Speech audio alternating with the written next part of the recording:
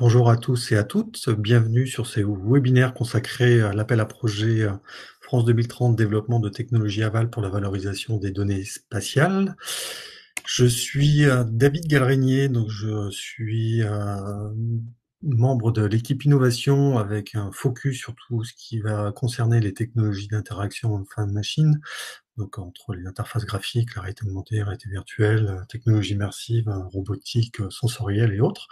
L'idée étant de vous accompagner aussi sur cet appel à projet, étant animateur de deux communautés, les industries culturelles et créatives, et spécifiquement dans le cadre de cet appel à projet, sur la communauté New Space.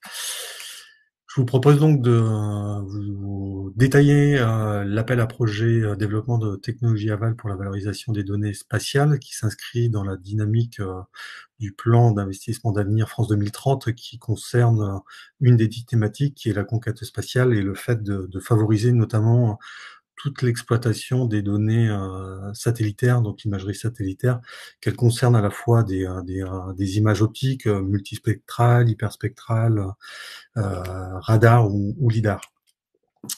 Donc l'appel à projet s'inscrit dans le plan France 2030, comme je le disais, et la spécificité de cet appel est de favoriser le développement de solutions technologiques pour le secteur aval, downstream, du spatial, et notamment en favorisant la valorisation des données produites par des moyens spatiaux. Comme je disais, énormément de données sont aujourd'hui accessibles. On s'oriente vers la notion de pétabytes de données disponibles et savoir que ce qui est attendu dans cet appel à projet s'inscrit notamment dans la mise en place de solutions qui seront industrialisables, en tout cas qui permettront d'industrialiser des services et des produits, et qui s'inscrit dans une démarche numérique de la chaîne de valeur numérique, depuis la production de ces données issues des capteurs jusque leur valorisation à travers des services ou des applications en vue d'usage à destination du privé ou du secteur public. Donc ces solutions technologiques peuvent être de différents types.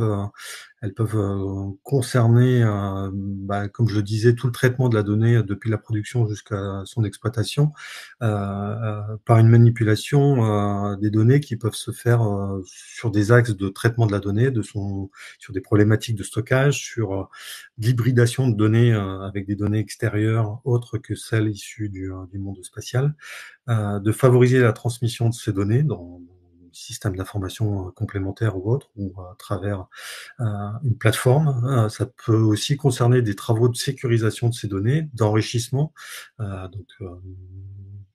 d'amélioration de la donnée initiale, typiquement, de sa qualification et de sa traçabilité.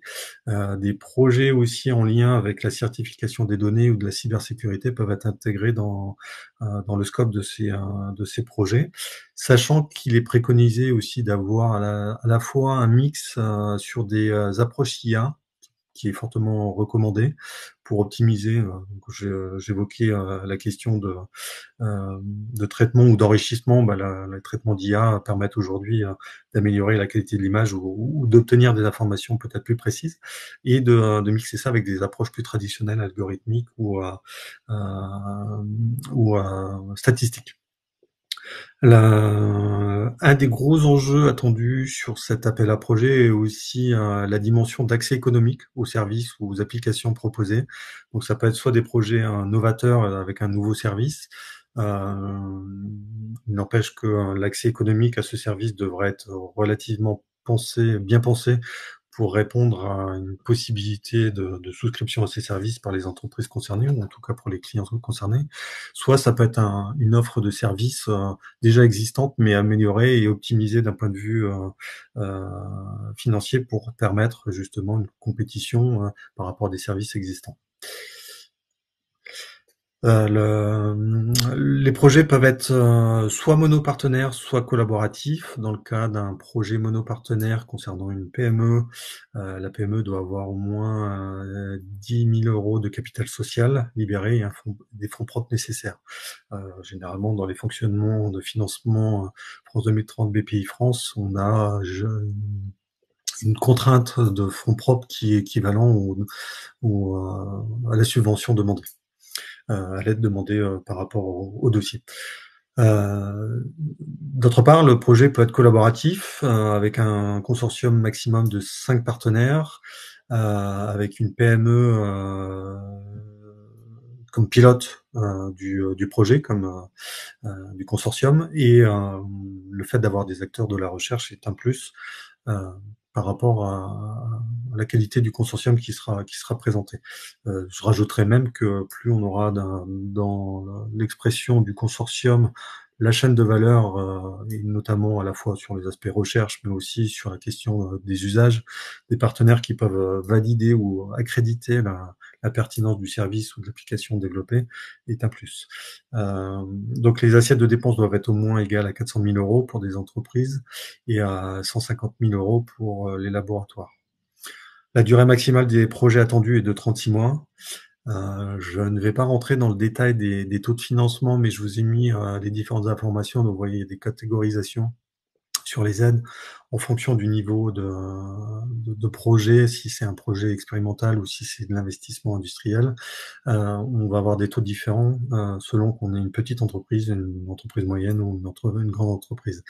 Et les approches classiques pour les organismes de recherche sont comme d'habitude 100% pour les coûts marginaux ou 50% pour les coûts complets. Comme je vous disais, dans le consortium, on peut avoir aussi des partenaires autres que des entreprises ou des laboratoires de recherche. Donc, on peut avoir des groupements d'intérêt, des collectivités locales et autres organismes. Donc, c'est avec des taux de 50% de coûts complets pour ces structures-là. En ce qui concerne les investissements industriels, on est sur des actifs corporels et incorporels liés aux investissements initiaux. Donc, je vous invite à prendre connaissance si vous êtes concerné sur cette typologie de coûts, sachant que ça va différent selon que vous êtes une PME ou une grande entreprise. Savoir quand même que ce qui sera pris en compte, c'est la notion de loyer et que ces loyers seront pris en compte à partir du contrat de location qui sera signé après la date de dépôt. Donc, bien avoir aussi ces aspects-là en tête dans les montages financiers. Comme vous avez pu le voir dans le cahier des charges et sur la page consacrée à l'appel à projet par BPI France, vous avez la possibilité d'avoir un pré-dépôt qui vous permet déjà de mobiliser BPI France dans la validité ou pas de votre dossier pour un dépôt dans un deuxième temps qui suit je dirais cette phase. Donc vous avez aujourd'hui une date limite de pré-dépôt pour l'appel à projet sur la deuxième vague, avec un dépôt de la relève qui aura lieu le 22 octobre. Donc vous avez encore la possibilité je dirais d'améliorer votre dossier par rapport à tous les éléments qui seront fournis en retour de BPI France. Et il restera une troisième vague qui aura lieu le 21 février 2025 et sur lequel le pré-dépôt aura lieu et avec une relève qui aura lieu le 4 mars 2025. Donc vous avez des présentations qui seront dans les phases de dépôt sur une vingtaine à une trentaine de slides. Donc je vous invite à télécharger les documents fournis par BPI France sur les attendus qui vous décrivent les différents sujets ou abordés de description de votre projet, du consortium et des objectifs sur son déploiement et sur le modèle économique et l'atteinte du marché que vous visez. Et après, sur le document à la fois financier et technique qui seront attendus sur la phase de relève. Comme vous voyez, il y a une temporalité qui s'étale à peu près sur 4 mois entre le moment de la présélection et l'instruction et la sélection des dossiers, qui va s'enchaîner après sur une partie de conventionnement, donc qui généralement peut s'étaler jusqu'à 6 mois. Et après, le suivi sera mis en place en fonction de la nature du projet et des engagements aussi qui peut être contraint par les recrutements, notamment dans les laboratoires académiques ou sur des questions, comme on a pu le voir tout à l'heure, sur question de loyer, ou en tout cas de prise en compte des charges par rapport à votre modèle de financement. Je voulais évoquer un point qui m'échappe, c'est pas grave, j'y reviendrai certainement en cours de webinaire. En tout cas, n'hésitez pas à me poser aussi des questions à travers le chat auxquelles je peux y répondre en évoquant les attendus de l'appel à projet sur le développement des technologies aval pour la valorisation des données spatiales. Je vous ai mis aussi extrait du cahier des charges des exemples, qui est une liste non exhaustive, bien évidemment, sur des sujets qui peuvent être abordés à travers l'exploitation de ces données spatiales et des services et des applicatifs développés dans le cadre de ces projets. Donc on peut voir, là, il y a la surveillance de l'environnement et du climat, la protection de la biodiversité, le suivi de la pollution de l'occupation des sols, des zones urbaines, l'aménagement des territoires. Comme on peut le voir, il y a un fort focus, en tout cas, forte, il y a un fort impact, en tout cas, des données aujourd'hui spatiales dans les questions environnementales, en tout cas dans la prise en compte ou dans la compréhension de ces enjeux-là, et aussi dans la mise en place d'outils d'aide à la décision, que ce soit pour des entreprises ou des collectivités locales, sur la manière de gérer ces risques de pollution.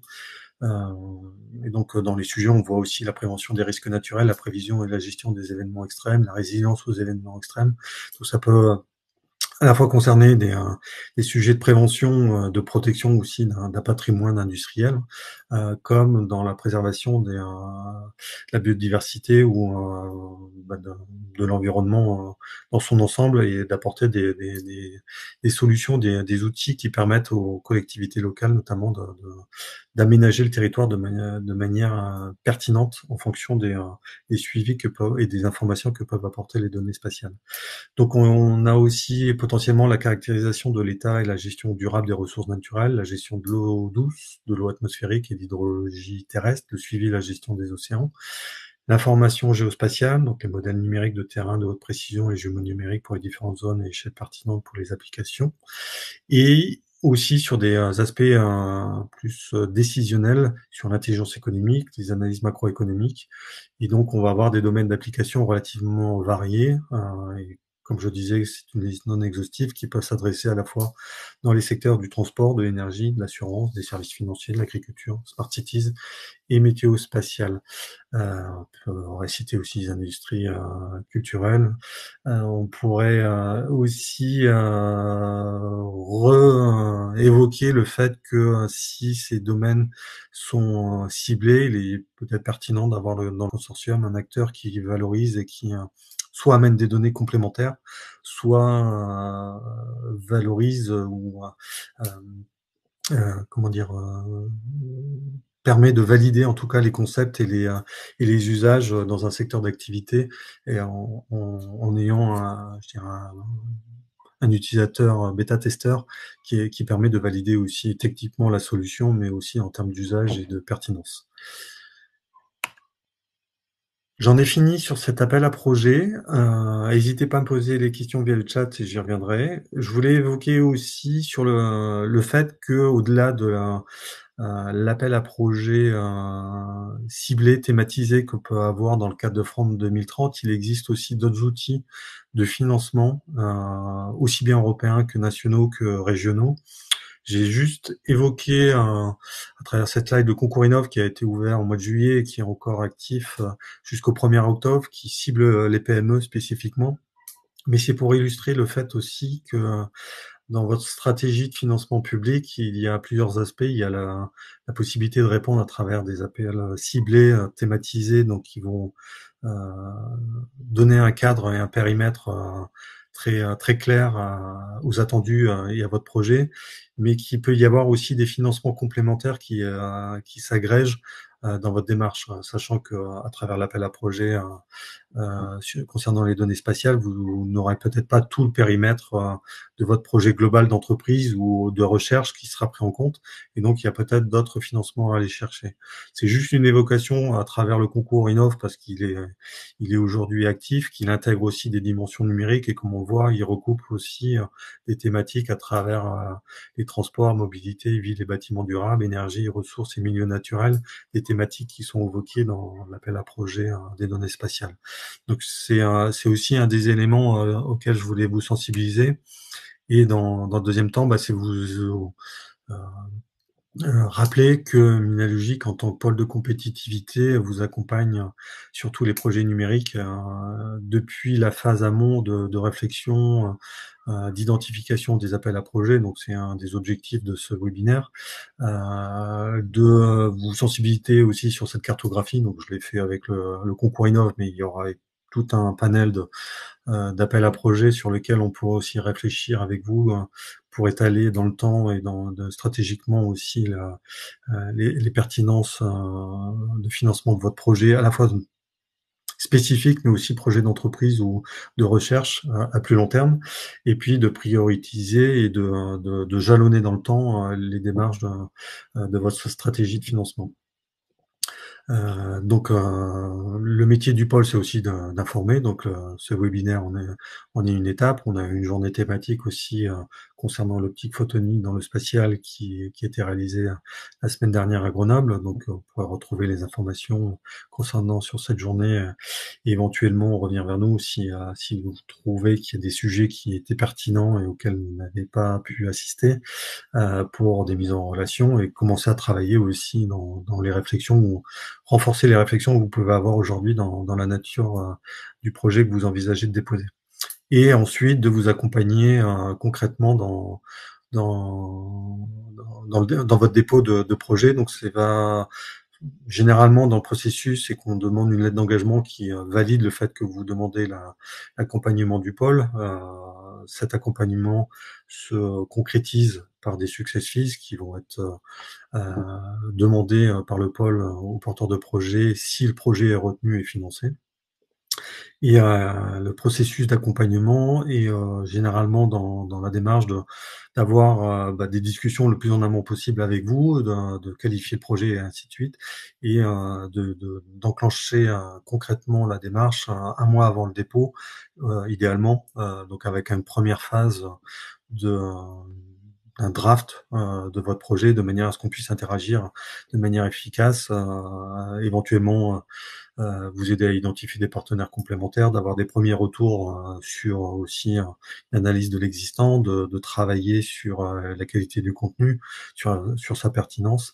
Généralement, là où le bas blesse, c'est souvent sur les modèles économiques ou sur l'accès au marché, qui fait généralement partie des derniers éléments sur lesquels vous allez réfléchir le dossier, mais qui sont extrêmement importantes. Ça, c'est un premier point. Le deuxième point, c'est aussi tout ce qui est impact environnemental.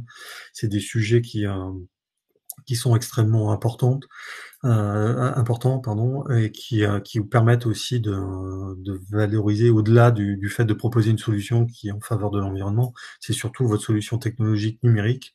Quel est son impact environnemental? Est-ce que vous êtes capable de calculer l'impact carbone de votre système de stockage, de l'utilisation des IA que vous allez mettre dans votre applicatif et ainsi de suite. Donc vous avez une énorme réflexion aussi à avoir sur cet aspect-là.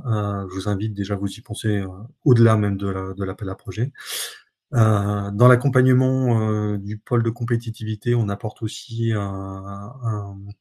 une attention particulière sur tout ce qui concerne la cybersécurité. Donc on propose un parcours cyber pour les entreprises adhérentes et pas que, qui seraient intéressées pour prendre en compte aussi dans leur stratégie de sécurisation de leur patrimoine une évaluation un peu de leur situation aujourd'hui dans le cadre de la cybersécurité et de la sécurité économique, et de mettre en place et d'enclencher aussi des actions concrètes. Donc on a aussi un parcours qui peut vous intéresser et qui permet de renforcer dans votre discours et dans le dossier que vous déposerez ces aspects-là. Et une fois le projet déposé et dans le meilleur des cas retenu, on accompagnera le projet donc avec les réunions de lancement, les réunions intermédiaires, les réunions de clôture, sur la valorisation à la fois en termes de communication et idéalement aussi lors d'interventions sur des événements dans lesquels on pourra mettre en avant les résultats, les avancées de votre projet.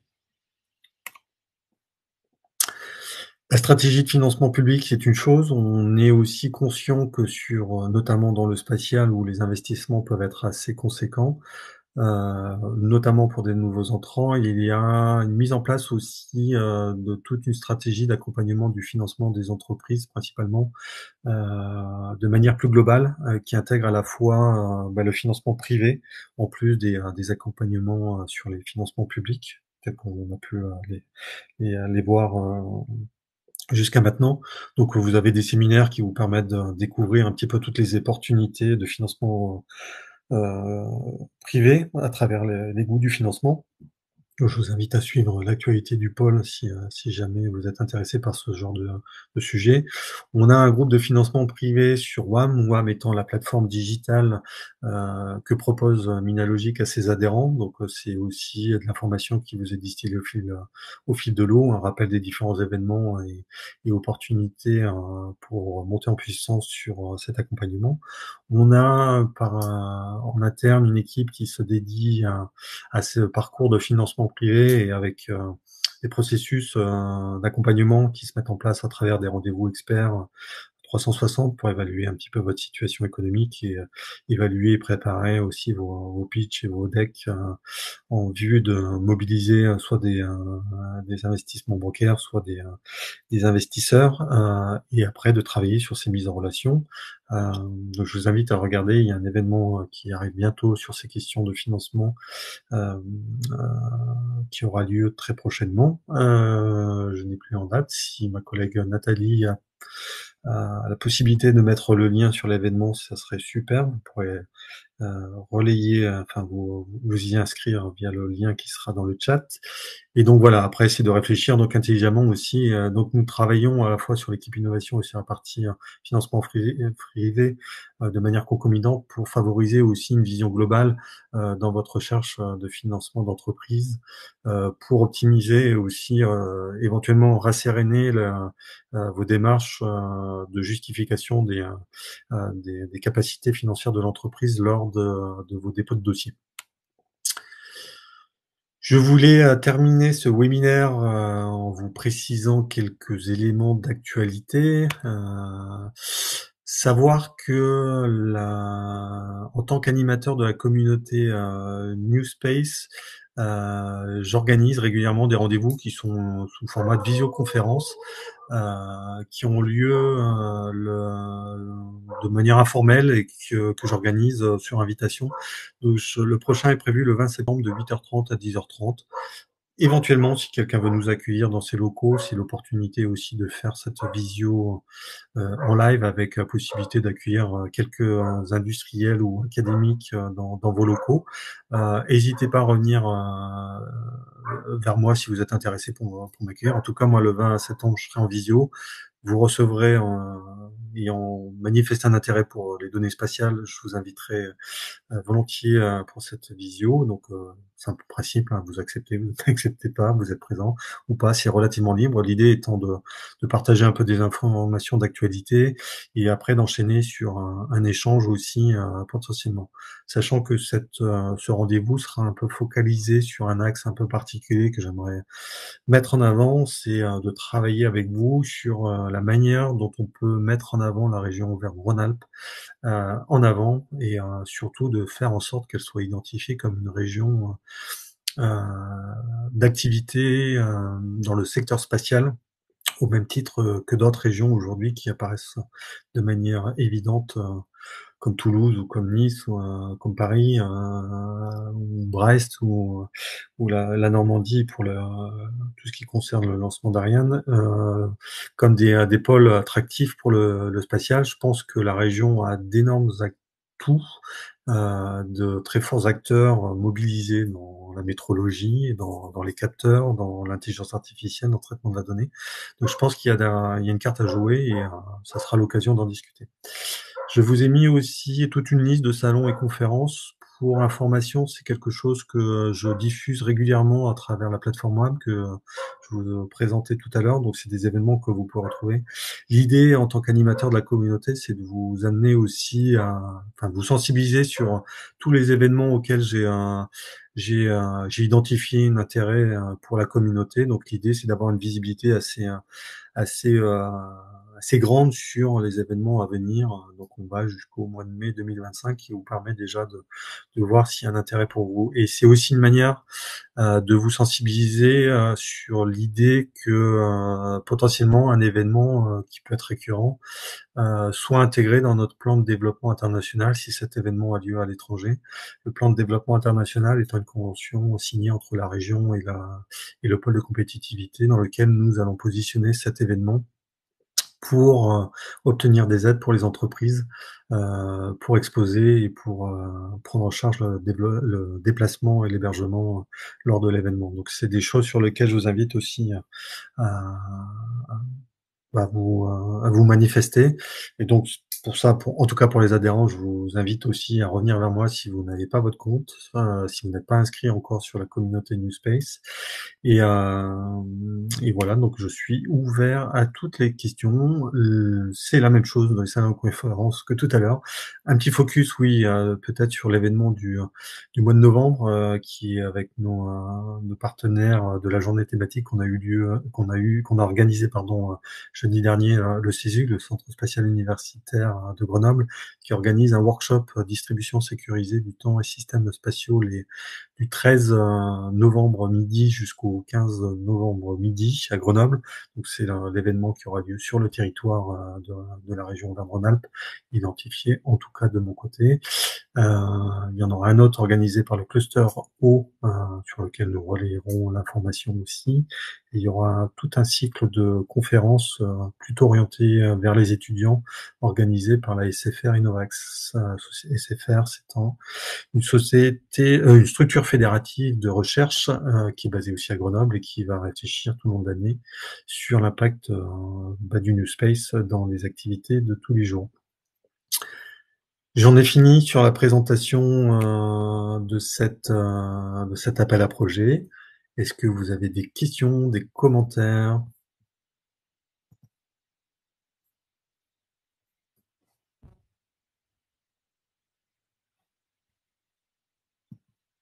Non. Tout le monde est satisfait des informations qu'il a obtenues. En tout cas, n'hésitez pas à me recontacter aussi à l'issue de ce webinaire. Est-ce que le consortium doit-il être de la région? Non, c'est un appel à projet national, donc les entreprises peuvent être que de la région, ça sera pas bloquant. En tout cas, ils peuvent être, ça peut être un consortium national. S'il y avait des acteurs au niveau européen que vous vouliez intégrer, je vous recommande plutôt de les intégrer en tant que prestataires et pas de les faire apparaître parce qu'ils seront pas financés déjà d'une part. Et il faudra certainement justifier pourquoi partir sur ce prestataire européen ou international. En tout cas, quelle est la caractéristique qui justifie de partir, en tout cas avec un acteur autre que sur le territoire. En tout cas, rappeler que la philosophie de France 2030, c'est la réindustrialisation aussi sur le territoire, que c'est l'émergence d'acteurs nationaux, donc avec la préférence nationale pour des questions éminemment aussi importantes en termes de sécurisation de données et géopolitique, hein, quand on parle de données spatiales, enfin et de spatiales de manière générale, plus globale. Donc il y a forte question aussi d'impact, de bien positionner votre projet aussi dans ce discours-là. Une annonce pour la journée SAR et Cryosphère Annecy Holistique, exactement, parfait. C'est très bien. J'ai vu que l'université Savoie-Mont-Blanc et l'holistique étaient très présents aussi dans les personnes présentes. Donc très bien, merci beaucoup pour le partage de cette information. Je n'hésiterai pas à la relayer le 20 lors du rendez-vous de la communauté. Merci pour cette présentation très claire. Merci pour le commentaire déjà. Je me permets de laisser mes coordonnées pour toute personne intéressée. Donc voilà, la société Rolling Dot propose une IA économe en énergie pour l'analyse de données LIDAR, classification, segmentation et vectorisation automatique. Donc elle est disponible pour participer à un projet et vous pouvez contacter la société à contact@rollingdot.ai pour toute question. Parfait, je vous invite à faire comme Colin et à partager aussi vos coordonnées si vous êtes dans la même démarche. Est-ce qu'il y a d'autres commentaires? questions, partage d'infos.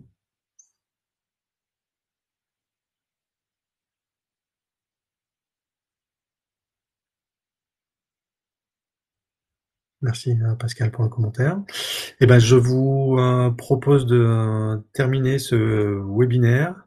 Vous avez mes coordonnées sur la slide qui est affichée, donc n'hésitez pas à revenir vers moi si vous êtes si vous êtes intéressé déjà sur l'appel à projet, de voir comment voir la pertinence et la faisabilité de vous accompagner dessus. Et si vous êtes déjà sur un projet, de voir comment vous accompagner au mieux et au plus tôt. Voilà, je vous souhaite une très bonne journée et puis je vous dis à très bientôt, certainement au 20. Merci. Au revoir.